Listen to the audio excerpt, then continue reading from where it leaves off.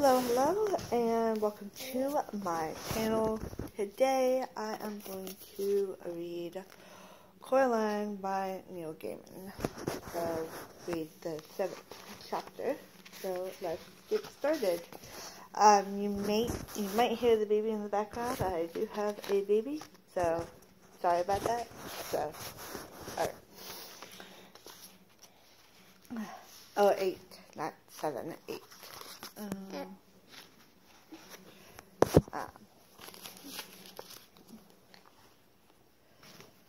The other mother looked healthier than before. There was a little blush to her cheeks, and her hair was wiggling like lazy snakes on a warm day. Her black button eyes seemed as if they had been freshly polished. She had pushed through the mirror as if she were walking through nothing more than solid water, and had stared at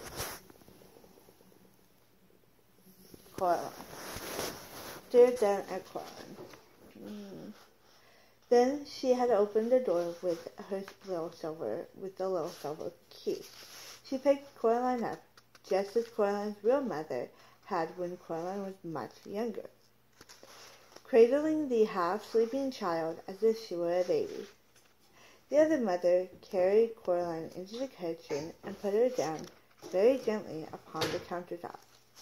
Coraline struggled to wake herself up, conscious only for the moment of having been cuddled and loved, and wanting more of it than realizing where she was and who she was with. "There, my sweet Coraline," said the other mother. "I came to fetch you out of the cupboard. You needed to be taught a lesson, but we temper our justice with mercy here. We love the sinner and we hate the sin. Now, if you'd be a good child who loves her mother, be compliant and fair-spoken, you and I shall understand each other perfectly, and we shall love each other perfectly as well." Coraline scratched the sleep grit from her eyes. "There were other children in there," she said. "Old ones, from a long time ago." "Were there?" said the other mother. She was bustling between the pans in the fridge, bringing out eggs and cheeses, butter, and a slab of sliced pink bacon. "Yes," said Coraline, "there were. I think you're planning to turn me into one of them, a dead shell." The other mother smiled gently. With one hand, she cracked the eggs into a ball. With the other, she whisked them and whirled them. Then she dropped a pan of butter into the frying pan, where it hissed and fizzled, and spun as she sliced thin slices of cheese. She poured the melted butter and the cheese onto the egg mixture and whisked it some more. "No, I think you're being silly, dear," she said to the other mother. "I love you. I will always love you. Nobody sensible believes in ghosts anyway. That's because they're all such liars. Smell the lovely breakfast I'm making you." And she poured the yellow mixture into the pan. "Cheese omelet, your favorite." Coraline's mouth watered. "You like games," she said. That's what I've been told." The other mother's black eyes flashed. "Everyone likes games," was all she said. "Yes," said Coraline, and she climbed down from the counter and sat at the table. The bacon was sizzling and spilling under the grill. It smelled wonderful. Wouldn't you be happier if you won me fair and square?" asked Coraline. "Possibly," said the other mother. She had a show of unconcernedness, but her fingers twitched and drummed, and she licked her lips with the scarlet tongue. Bobby, what exactly are you offering?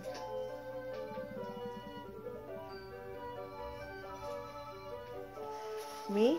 Said Coraline. Me, said Coraline. And she gripped her knees under the table to stop them from shaking. If I lose, I'll stay with you forever, and I'll let you love me. I'll be a most dutiful daughter. I'll eat your food and play happy families, and I'll let you sew your buttons into my eyes. Her mother stared at her. Black buttons unblinking. That sounds very fun, she said. And if you do not lose, then you let me go. You let everyone go. My real mother, and father and mother, the dead children, everyone you trapped here. The other mother took the bacon from under the grill and put it on a plate. Then she slipped the cheese omelet from the pan onto the plate, flipping it as she did so, letting it fold itself into a perfect omelet shape. She placed the breakfast in front of Coraline, along with a glass of freshly screened orange juice and a mug of frothy hot chocolate. Yes, she said, I think I like this game. But what kind of game shall it be? A riddle game, a test of knowledge, or a skill? An exploring game, suggested Coraline. A finding things game. And what is it you think you should be finding in this hide-and-go-seek game? Coraline grinned. Coraline hesitated then. My parents, said Coraline, and the sounds of other children behind the mirror. The other mother smiled at this triumphantly, and Coraline wondered if she had made the right choice. Still, it was too late to change her mind now. Ideal, said the other mother. Now eat up your breakfast, my sweet. Don't worry, it won't hurt you. Coraline stared at the breakfast, hating herself for giving in so easily, but she was starving. How do I know you'll keep your word? Asked Coraline. I swear, said the other mother. I swear it on my own mother's grave. Does she have a grave? Asked Coraline. Oh, yes, said the other mother. I put her in there myself, and when I found her trying to crawl out, I put her back. Swear on something else, so I can trust you to keep your word. My right hand, said the other mother, holding it up. She waggled the long fingers slowly, displaying the claw-like nails. I swear on that. Coraline shrugged. Okay, she said, it's a deal. She ate the breakfast, trying not to wolf it down. She was hungrier than she had thought. As she ate, her other mother stared at her. It was hard to read expressions into those black buttoned eyes, but Coraline thought that her other mother looked hungry too. She drank the orange juice, but even though she knew that she would like it, she could not bring herself to taste the hot chocolate. Bobby, come over here.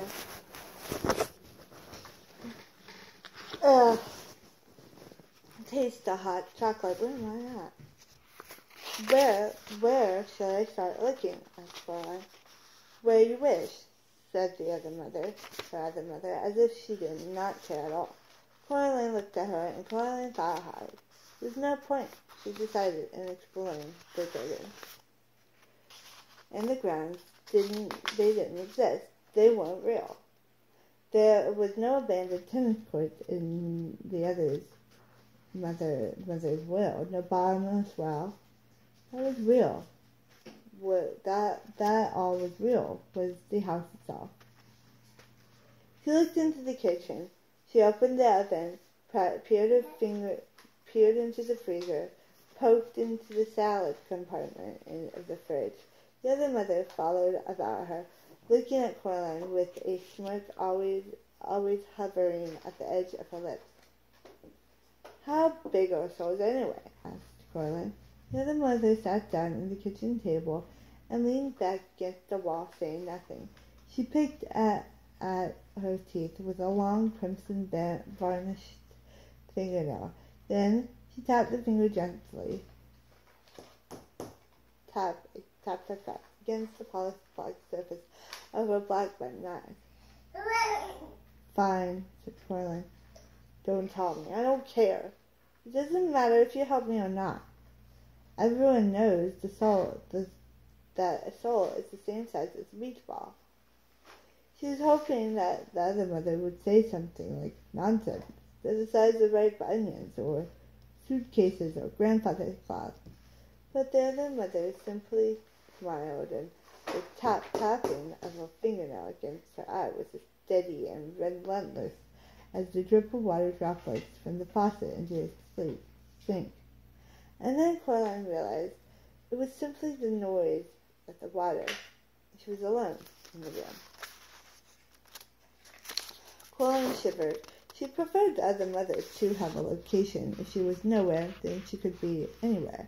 And after all, it is always easier to be afraid of something you cannot see. She put her hands into her pocket, and her fingers closed around the reassuring shape of the stone with a hole in it. She pulled it out of her pocket and held it in front of her as if she was holding a gun, and walked out into the hall.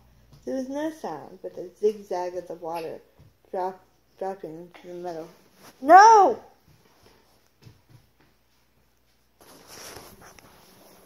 Hold on. Bobby! No! No! No! How did you get in here? Bob! No! No!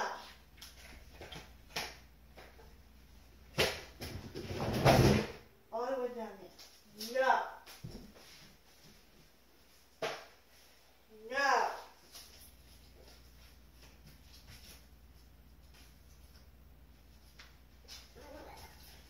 Yeah, no!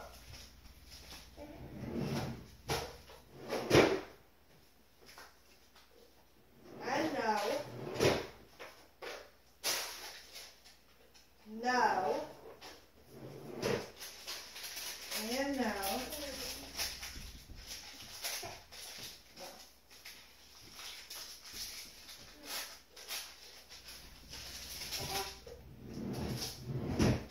Here, you can put it there. Put it there.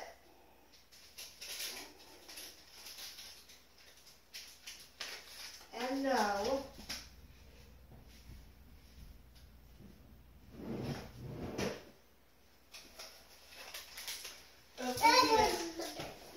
Over here, Bobby. Bobby, over here. Bobby, over here. Bobby. Bobby, over here. No, not there. Come on. Over here. Yep.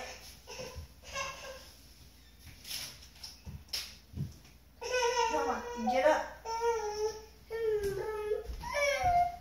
All right. Over here, in the play area. Right over here. Right over here. Yeah. Wait. What?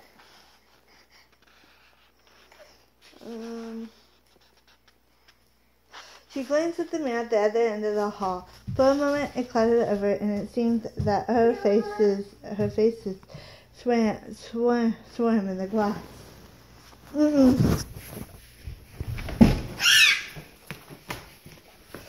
Swim in the glass. Stop.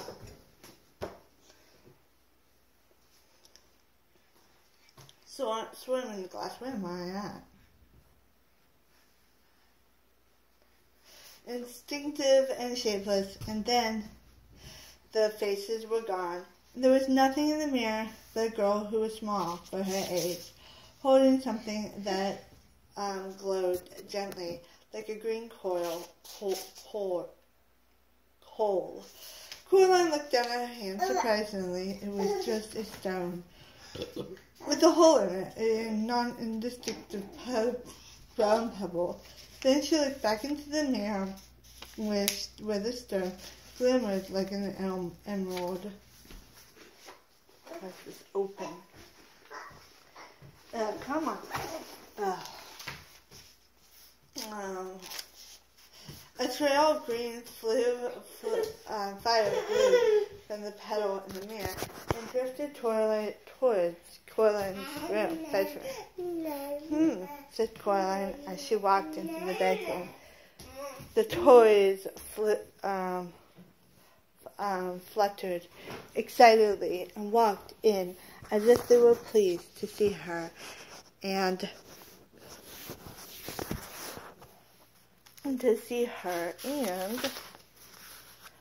a little tank rolled out of the toy box to greet her, to its tread rolling over several other toys. It fell from the toy box onto the floor, tipping as it fell, and it lay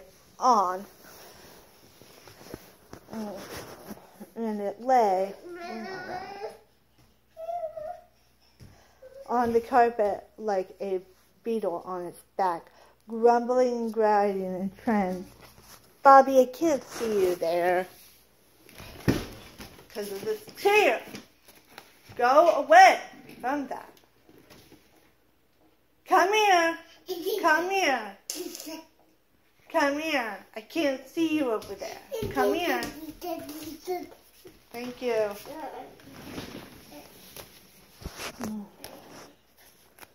Where am I at? Okay, like a beetle on its back, grumbling and grinding its treads before Coraline picked it up and turned it over. The tank fled under the bed in embarrassment. Bobby, no, no, no! No! No. Trash. No!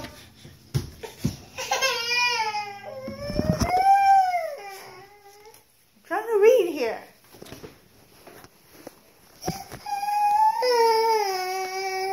Coraline looked around the room. She looked up in the cupboards and drawers, and then she picked up one end of the toy box and tipped all the toys in it out onto the carpet, where they grumbled and stretched and wiggled, awkwardly free of each other. A gray marble rolled across the floor and clicked against the wall. None of the toys looked particularly soul-like. She thought. She picked up and examined the silver charm bracelet from which hung a tiny animal charm that chased each other around the perimeter of the bracelet, and the fox never catching the rabbit and the bear never gaining on the fox. Coraline opened her hand and looked at the stone with a hole in it, hoping for a clue, but not finding one. Most of the toys had been in the toy box, but now crawled away to hide under the bed, and a few toys that were left, a green plastic soldier, a glass marble, a vivid pink yo-yo, and such, were the kind of things you find in the bottom of the toy boxes in the real world. Forgotten objects, Bobby, forgotten objects, abandoned and unloved. She was about to leave and look elsewhere, and then she remembered a voice in the darkness, a gentle whispering voice, and what it told her to do. She raised the stone with a hole in it and held it in front of her eyes. She closed her left eye and looked at the room through the hole in the stone. Through the hole, the world was gray and colorless like a pencil drawing. Everything in it was gray. No, not quite everything. Something glinted on the floor. Something in the color of the ember in the nursery. The color of the scarlet and the orange tulip. Not nodding in the sun. Coraline reached out her left hand, scared that she took her eye off it that if she took her eye off it would vanish, and she fumbled for the burning thing. Her fingers closed around about something smooth and cold. She snatched it up, then lowered the stone with a hole in it from her eye. I looked up. The gray glass marble from the bottom of the toilet sat dully in the pink palm of her her hand. She raised the stone to her eye once more and looked through it at the marble. Once again the marble burned and flickered with red fire. A voice whispered in her mind, "Indeed, lady, it comes to me that I certainly was a fool, now you think of it. Oh, you must hurry. There are 2 of us still to find, and the bedroom is already angry with you for uncovering me. If I am going to do this," thought Coraline, "I am not going to do it in her clothes." She changed back into her pajamas and her dressing gown and her slippers, leaving the gray sweater and the black jeans neatly folded up on the bed. The orange boots on the floor by the toy bags. She put the marbles into her dressing gown pocket and walked out into the hall. Something stung her face and hands like sand flowing on a beach, on a bench, on a windy day. She covered her eyes and pushed forward. The sand got worse, and it got harder and harder to walk as she was pushing into the wind on a particular blustery day. It was a vicious wind and a cold one. She took one step backwards the way she had come. "Oh, keep going," whispered a ghost in her ear, "for the bedroom is angry." She stepped forward into the hallway and into another gust of wind, which struck her cheeks and face with invisible sand, sharp as needles, sharp as glass. "Play fair," shouted Coraline into the wind. There was no reply, but the wind whipped around her one more time, penitently, and then dropped away and was gone. As she passed the kitchen, Coraline could hear in the sudden silence the drip of the water from the leaking tap, or perhaps other mother's long fingernails tapping impatiently against the table. Coraline resisted the urge to look. In a couple of strides, she reached the front door and walked outside. Coraline went down the steps and around the house until she reached the other Miss Spinks and Miss Forcible's flat. The lamps around the door were flickering on and off, almost randomly now, spelling out no words that Coraline could understand. The door was closed. She was afraid it was locked, and she pushed on it with all her strength. First it stuck, then it suddenly gave, and with a jerk, Coraline stumbled into the dark room beyond. Coraline closed one hand around the stone with the hole in it and walked forward into blackness. She expected to find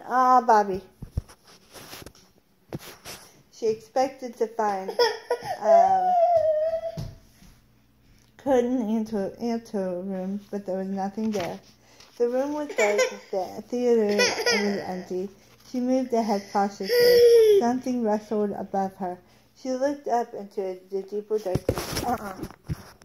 And as she did so, her feet knocked against something. She reached down, picked up a flashlight, and clicked it on, sweeping the beam around the floor. The theater was derailed and abandoned. Chairs were broken on the floor, and old dusty spider webs draped the walls and hung from the rotten wood and decomposing velvet hanging. Something rustled once again. Coraline directed her light beams upwards towards the ceiling. There were things up there, hairless jelly-ish. She thought they might once have been faces, might even once have been dogs.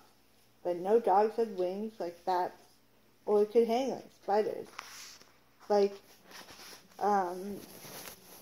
bats upside down. The light startled the creatures, and one of them took to the air, its wings whirling heavily through the dust. Coraline ducked as it swooped close to her.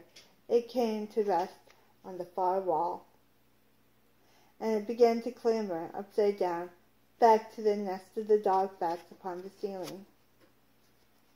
Coraline raised the stone to her eyes, and she scanned the room through it, looking for something that glowed or glinted, a telltale sign that someone in this room was another hidden soul. She ran to the beam of the flashlight about the room as she searched the thick dust in the air, making the light beam seem almost solid. There was something up on the black wall behind the ruined stage. It was grayish-white, twice the size of Coraline herself, and it struck to the back wall like a slug. Coraline took a deep breath. "I am not afraid," she told herself. "I'm not." She did not believe herself, but she scrambled up the old stage, fingers sticking into the rotting wood as she pulled herself up. As she got closer to the thing on the wall, she saw that it was some kind of stack. It was a spider's egg case, and it twitched in the light beam. Inside the stack was something that looked like a person, but a person with two heads, with twice as many arms and legs as it should have. The creature in the sack seemed horribly unformed and unfinished, as if two plasticated people had been warmed, rolled together, squished, and pressed into one thing. Coraline hesitated. She did not want to approach the thing. The dog bats dropped one by one from the ceiling and began to circle the room, coming closer to her, but never touching it. Perhaps there are no souls hidden here, she thought. Perhaps I can just leave and go somewhere else. She took the last look to the hole in the stone. The abandoned theater was still a bleak gray. Now there was a brown glow, and rich and bright as polished cherry wood, coming from inside the sack. Whatever was growing was being held in one of the hands of the thing on the wall. Coraline walked slowly across the damp stage, trying to make as little noise as she could, afraid that if she disturbed the thing in the sack, it would open its eyes and see her, and then... But there was nothing she could think of as scary as having it look at her. Her heart pounded in her chest. She took another step forward. She never had been so scared, but she walked forward until she reached the sack. Then she pushed her hand into the sticky, clean whiteness of the stuff on the wall. It cracked softly like tiny fire. As she pushed, and it clung to her skin and clothes like a spiderweb clings, like white cotton candy. She pushed her hand into it, and she reached upwards until she felt a cold hand, she could feel, closed around another glass marble. The creature's skin felt slippery, as if it had been covered in jelly. Coraline tugged at the marble. At first nothing happened when it was held tight. It was held tight by the creature's grasp. Then one by one the fingers loosened their grip, and the marble slipped into her hand. She pulled her arm back through the sticky webbing, relieved that the thing's eyes had now opened. She shoved the light on its faces that resembled, she decided, the younger versions of Miss Sphinx and Miss Forceful, but twisted and squeezed together like two lumps of wax that had melted and melded together into one ghastly thing. Without warning, one of the creature's hands made a grab for Caroline's arm. and fingernails scraped her skin, but it was too slippery to grip. And Coraline pulled away successfully, but then the eyes opened. 4 black buttons glinting and staring down at her. And 2 voices that sounded like no voice that Coraline had ever heard began to speak to her. One of them rattled and whispered. The other whizzed like a fat and angry blue bottle at the window pane. But the voices said at one person, "Thief! Give it back! Stop! Thief!" The air became alive with fat dog bats. Coraline began to back away. She realized that then, terrified through the thing on the wall that had once been the other Miss Spink's enforceable it was attached to the wall by its web, encased in its cocoon. It could not follow her. The dog bats flapped and fluttered about her, but they did nothing to hurt Coraline. She climbed down from the stage, shone her flashlight from the old theater, looking for the way out. "Flee, miss," wailed a girl's voice in her head. "Flee now. You have 2 of us. Flee this place while your blood still flows." Coraline dropped the marble into her pocket beside the other. She spotted the door, ran to it, and pulled on it until it opened. So very, very interesting indeed.